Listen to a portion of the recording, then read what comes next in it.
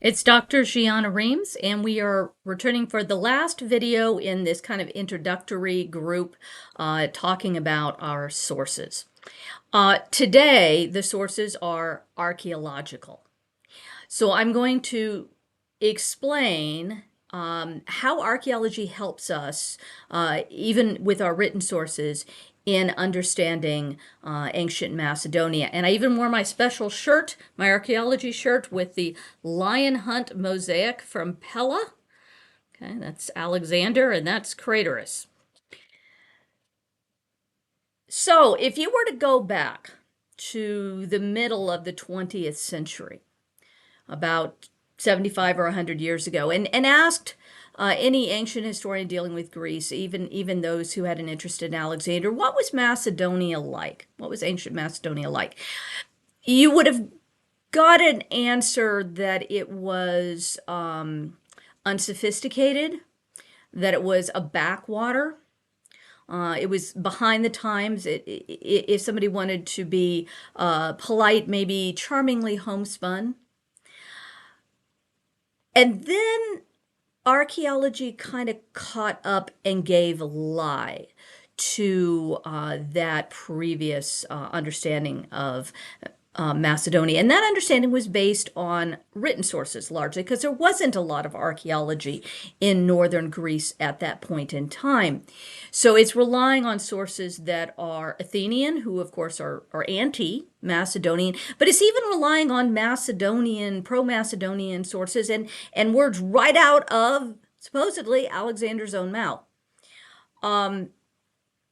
In the video where I told you tips for reading the ancient sources, I said you have to be very, very careful with ancient speeches.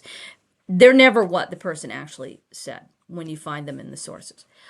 You might be getting the gist.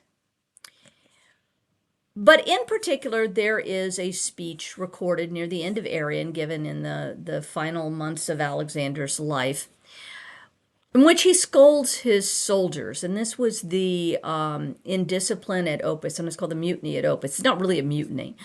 And the soldiers were upset with Alexander for sending them home or dismissing them, and caused a riot. And he rounds up the rioters, and then he gets up on the dais and he gives a speech. Now, that part of it may be more or less what happened, but what he said, what Arrian describes that he said, is Arrian writing that speech. Is it the gist of what he said? Maybe, but we have to be very careful of the wording. Nonetheless, it was, at the time, kind of little of what we knew, and so people tended to take it maybe a bit too seriously. I'm going to read it for you. If you want to go find it, it's in book 7 of Arrian, the last book of Arrian, or not quite this last book, next to last, and chapter 9 and line 2. And he says, "I will begin, as is appropriate, with Philip, my father, who took you up when you were helpless wanderers, most of you dressed in skins, pasturing a few flocks in the mountains and fighting ineptly to protect them from your neighbors, the Illyrians, Tribaloi, and Thracians. He gave you cloaks to wear instead of skins, led you down from the mountains to the plains, and made you able to hold your own in battle against your barbarian neighbors. So your safety depended not on your mountain strongholds, but on your own courage. He made you city dwellers, and by means of laws and good customs, gave you an orderly way of life." So what he's basically saying is, Daddy civilized you guys. And then enter archaeology. And that's one of the things that archaeology does. It messes up our texts. It gives lie to sometimes the version in there that they want to give. Alexander's giving a rhetorical speech here. He's not recounting for you, even assuming this is the gist of what he said, what Macedonia was like before Philip. And we know that now. Okay.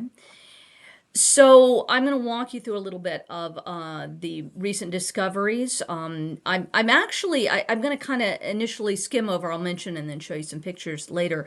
The discoveries of Manolis Andronicus, and it's really Manolis Andronicus who kind of opened up archaeology, got money for digs in the north with this discovery at the village of Vergina of the royal tombs. Now, Vergina, we now know, was ancient Aigai, or Eg in later pronunciation. That was the original capital of the Macedonians. So when the kingdom first began, that was the capital.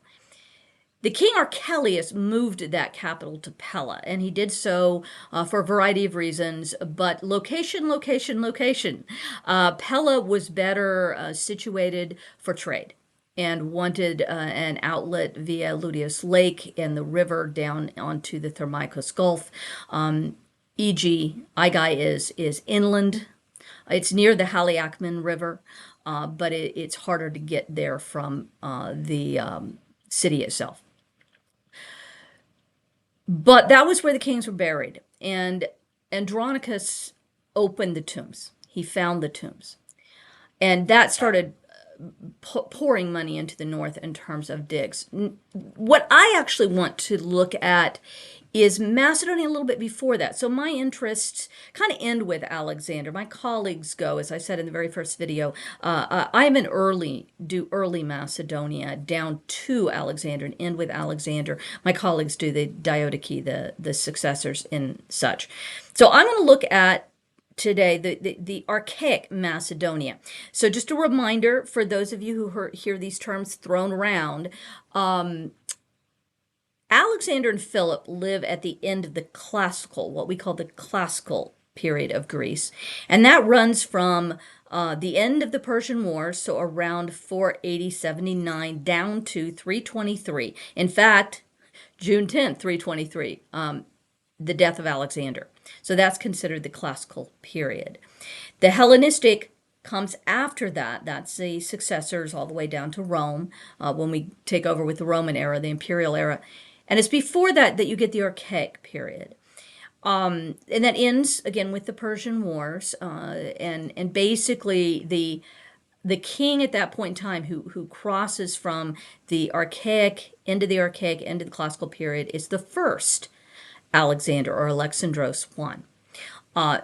When that period starts is more of a discussion with folks. Are we looking at the late 700s? Are we looking at the early 600s? Where do you want to put that, or even earlier yet? Sometimes called the late Iron Age when you're talking in archaeology. And so this period in Macedonia, we have discovered more recently than 1977, was a happening place. Okay, so all of these ideas of ancient Macedonia as being a backwater are in fact mistaken. Okay, what we begin to find early archaeology, early burials and evidence from the 700s down to 570 shows I don't want to say simpler, but a simpler cultural expression in terms of burials, pottery, etc. And then things change. 570, that decade, 570 down to 560. And we see something new. We see new types of burials. We see the emergence of a very distinctive elite culture that are referred to as princely or heroic burials. In the Greek South, we had seen this earlier in the Dark Ages down into the Archaic period, where the wealthy are putting their money into burials, into the private sector, if you will. It was conspicuous consumption in burials. And then in the 600s or 500s, really, that shifts. And the focus becomes the public sector, and money is going into big temples and other public displays. That interest in the private sector moves north. And so we see this elite culture, these princely burials, or heroic burials might be a better term. And the money is going back into the ground, conspicuous consumption in the ground.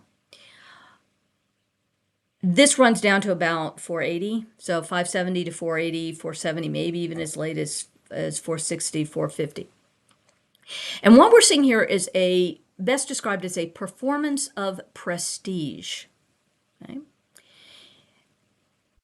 Some have tried to hook this into the presence of Persia, but that's too early. It's showing up before the Persians are tooling, before Persia really exists at this point. It was still under the Medians. Cyrus is later than 570. And so it doesn't owe to Persia. And it's not just in the Macedonian lowlands. We also see it in the Macedonian highlands. So just a reminder, Macedonia is a geographical region. Macedon, I use as the political entity. We also see it still among the Greek colonies in the north. We also see it in Thrace. So this is a shared culture up there, Epiros, etc., Thessaly. This is a shared culture. Feasting, it's not just in burials either. There's plenty of evidence of these grand banquets, feasting as, again, a display, the conspicuous consumption, these performances of prestige, centered around the king and his elite, Hittyroi, at least in Macedonia. And just a reminder that the kings had something we can refer to as sacral charisma. They are understood themselves, and their people understood them as being selected by the gods, descendants of the gods. The Argeads, Alexander's family, believed that they were descended from Heracles and therefore from Zeus. This is not political propaganda. Sure, they used it that way, but they believed it. Okay, and all of that is part of this change that we watch happen from about 570 on.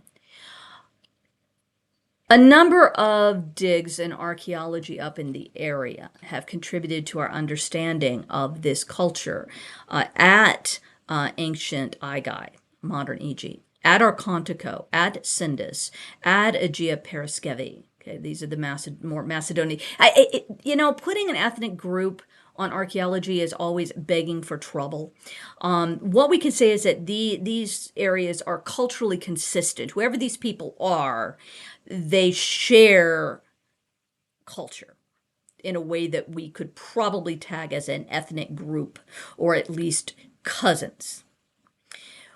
We also find digs and burials up at Aiani, in what was ancient Elamea. We find them at Tribenishte and Gorna Porta around Lake Ohrid, what was ancient Lynkastis. These are not the same peoples, but again, we're seeing this shared culture here. So just looking at ancient Archaeological, I'm going to show you some absolutely spectacular finds. These are all in that, what we would call the early Archaic age. Okay, so these are the warrior graves here. Okay, those are the guys. And if you look here, this fellow, and notice it's not just the material, the helmets and such. They're each buried with just some really fantastic material in the graves as well. So here's a close-up of that fellow's helmet. This is a style we call the Illyrian helmet. Notice the masks, the epistemia, many of them are smaller than that. Sometimes you'll get the whole face mask of gold as well. We find similar things at Sindos, at Aigai, etc. So this is a repeated theme, but just the gold, the gold is what should strike you here. Now, the ladies, okay, across from them, by the way, there are 11 in the Pella Archaeological Museum. And then they put the most striking one in the middle. Was she a queen? Maybe. They don't come labeled. That's the problem with archaeology. It doesn't come labeled. So this is all speculative in terms of who these people are, not just ethnically, but even within their society. I think it's fair to say that these were the chieftains, if you want to call them princes, princesses, kings, kinglets, maybe. But that is not primitive. That's the main thing that should strike you is wow, wow. That's a lot of gold. That's a lot of money. That's a lot of sophistication. And if you looked at the materials, not just the gold and the jewelry and the weaponry, but the stuff below it, why I pointed that out, that shows imports from the rest of the Greek world. Okay. They're not locked away up there, hanging out and running after sheep in the fields wearing skins. Okay. That is not who they are. This is a culture that is in contact with the rest of Greece, and they're getting pottery. And on the eastern side, that is at Aigai, at Archaeological, etc., this stuff's coming largely up from Athens, but not just Athens. It's also come from the Ionic coast. It's coming from the islands. On the west side, where Aiani is, and near Epiros and ancient Dodona, not that far from modern Ioannina, that stuff's coming up from Corinth. Okay, so it's coming on the western side and the western edges of Greece instead. So we're seeing trade. These guys are trading. And that brings me to another very important recent dig, and that is a dig at a city called Methone. Now, Macedonia was not really a seagoing people. They did trade, but when Philip went out to conquer Greece, he did not take his great fleet with him. He took his horses and his infantry. And all the way back, ships are not a thing that the Macedonians were really known for, even though they are the source of the magnificent silver pine that built the fleet of Athens when they are fighting the Persians in the Persian War. But they're not building a lot of boats themselves. They did probably have a local harbor, and that was Pydna. Methone is a Greek foundation, and there are a number of Greek foundations up there. So the Macedonians are mostly on the inland. A lot of Macedonian cities, again, these guys are not just hanging out in the mountains. There are cities on the Piedmont there. I mentioned, ancient Aigai, and then Pella's founded. We also have Mieza, Beroia, Dion, and then, of course, Pydna, and these are just some of them.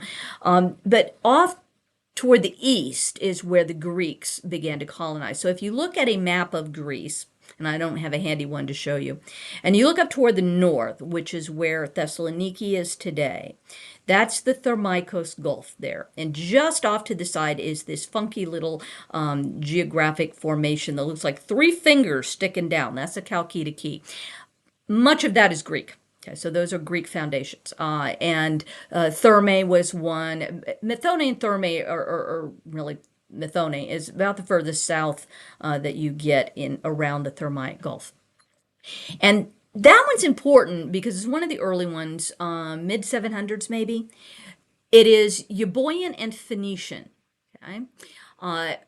They are hanging around up there. What do they want? Well, that magnificent silver pine. Also metals. Okay. Did you notice all that gold? There was silver too, and Mount Pangaean. And they're interested in that. And the metals aren't just coming from the ground. There is also a river that today is called the Gallicos that in antiquity was the Acheteros, the gold giver. And so there was a lot of alluvial gold as well to be had in that area. So that's what they're interested in. And of course, the Macedonians or whoever is up there, there were Bottigians up there as well and Paeonians. And who all they're talking to, we don't know.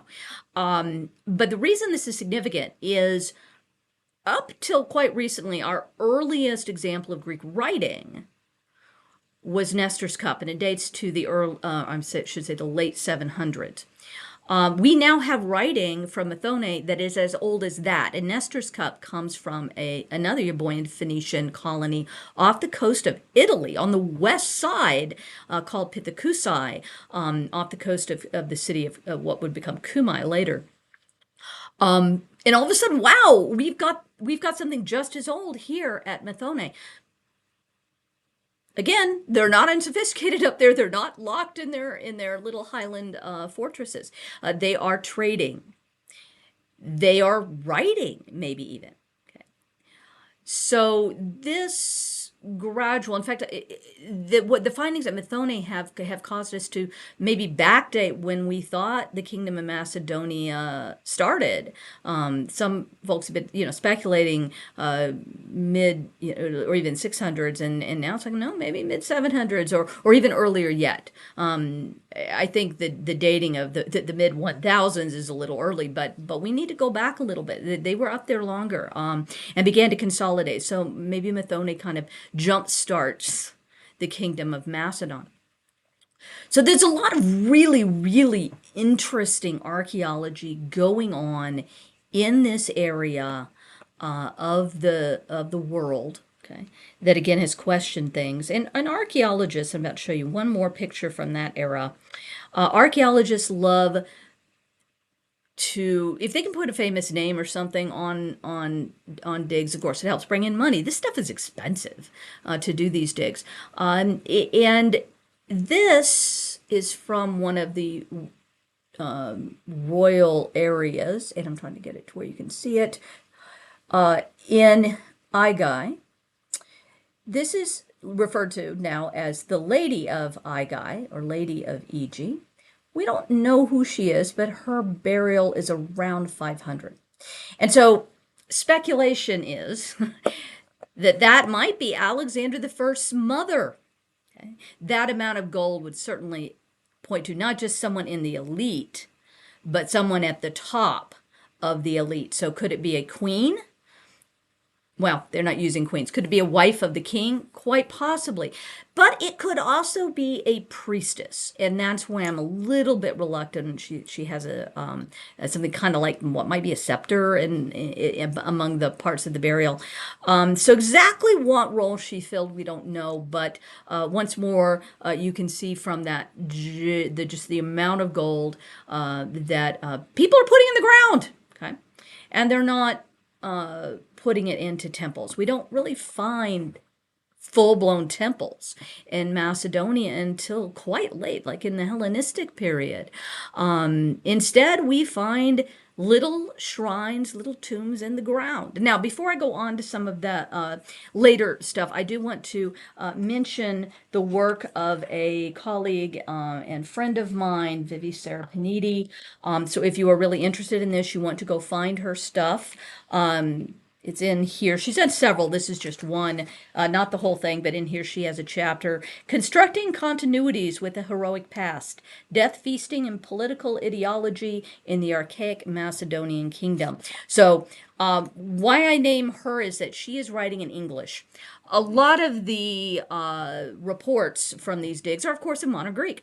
And if you can't read modern Greek, then you might feel shut out. But this material is available there if you really want to go find the archaeological material. So, moving forward a little bit, as I said, when Andronicus opened the royal tombs at Vergina, we got a glimpse at a whole new Macedonia.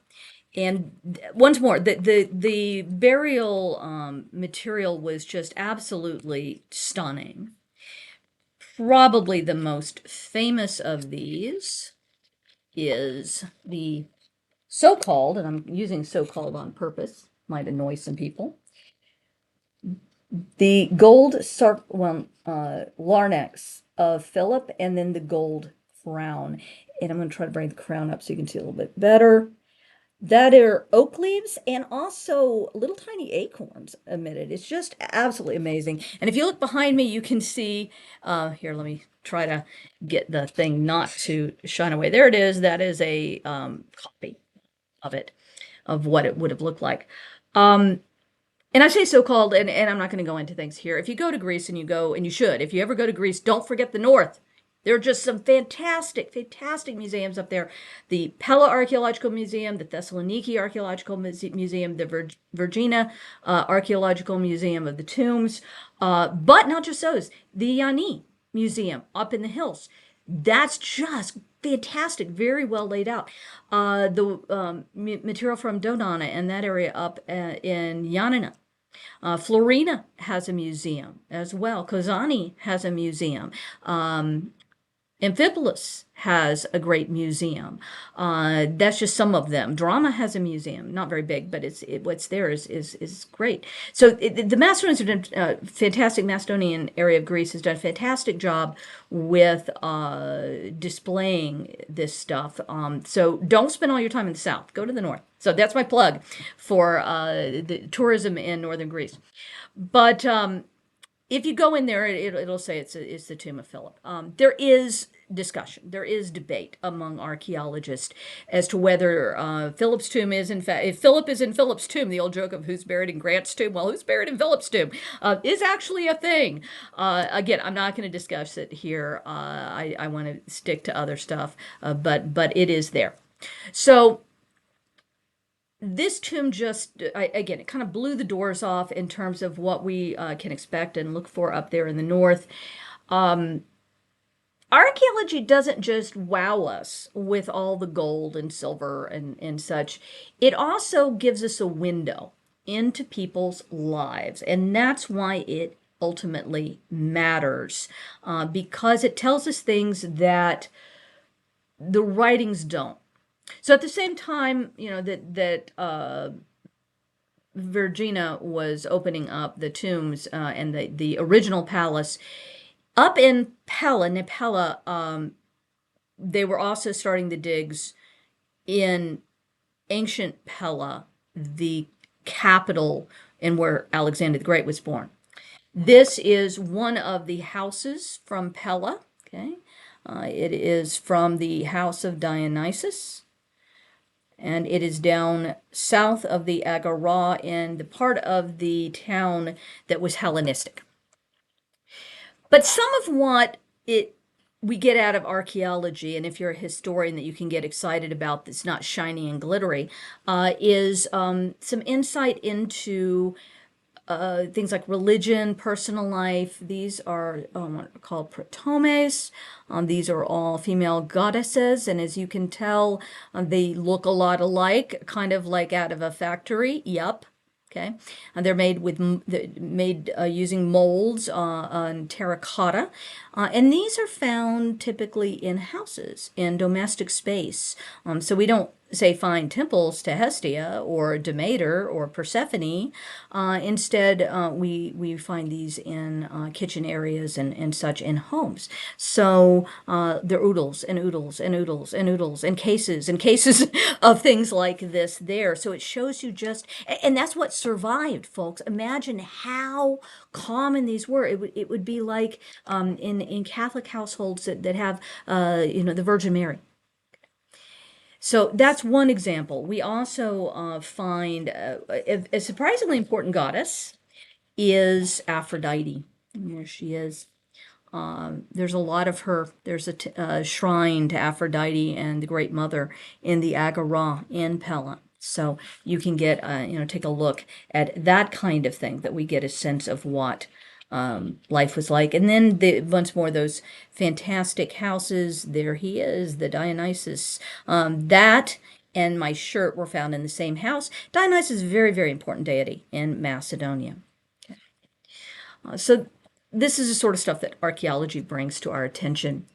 Just a couple of other things I do want to mention. The Macedonian tombs. Now, those shiny warrior graves and lady graves from Archontiko are not in what we later call a Macedonian tomb.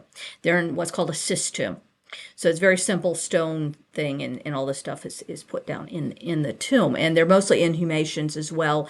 We find throughout Greece both cremation and inhumation utilized at the same time.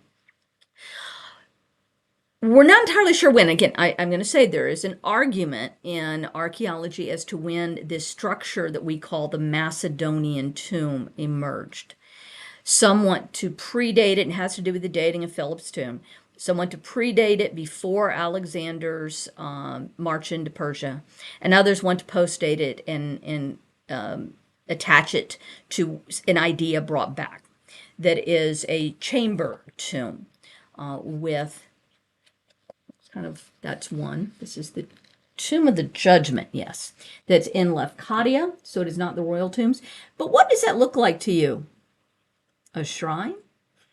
These are put in the ground, and there would be a big dromos that goes down. And when they shut those doors, they slid down and locked. Okay, so you're not getting back in there. That's what I mean by conspicuous consumption. All that gold is there to stay, at least until either grave robbers, most commonly, get it, or occasionally later archaeologists find it. But they're putting, again, these are religious structures. That's a false front. Those aren't real columns. They're not real windows or doors. Well, the door, at least in the one part, is there. But you find inside as well, even windows, as if looking down into the underworld. So it's very interesting that they're building these little shrines in the earth. And we even find thrones. And keep in mind, thrones for kings is a later idea in Greece, maybe up to Philip himself. Thrones are for priests and gods. Kings don't sit on those. Philip may have changed that. Okay. Thrones are used in the ancient Near East for kings, but not in Greece. But we're finding thrones in tombs. So very interesting. It's sometimes called Eurydice's tomb, but again, we're back to people wanting to slap names on things which may not be that well preserved. So here's another one. Okay. A little more simple, but once more you can see the shrine nature, and those columns aren't holding up anything. And that's the chamber part of the interior of these tombs. So you can, once more, you can kind of get an idea of this, I don't want to say displacement of the temple or the shrine into the ground, but I just want to observe it and put it out there that what exactly this means, again, is something that historians discuss. But this shows you where we are currently, at least, in archaeology in Macedonia, how it has altered what we thought we knew about the kingdom, maybe even how early the kingdom is. Certainly how sophisticated the kingdom is. We have to completely rethink archaic Macedonia. And instead of looking at Philip as putting Macedon on the map, it might be better to think about Philip and Alexander as a renaissance after a weak period. Because we have three historical that we know of kings, powerful kings: Alexander the First, Perdiccas the Second, and then Archelaus. Now, again, you hear from the Athenians, there are little wimps up there, etc. No. And so then after Archelaus is murdered in 399, the kingdom kind of falls into disarray for a while.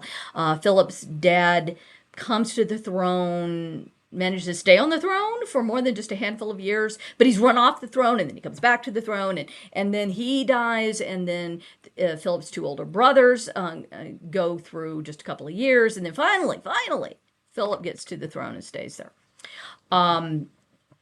So that's what I mean by, I think we're looking at a renaissance rather than something new on the scene in terms of Macedonia. So a little introduction to, again, Macedonian archaeology and how material evidence, can both challenge and also add to our written evidence and texts about Alexander the Great, as well as the rest of Macedonia.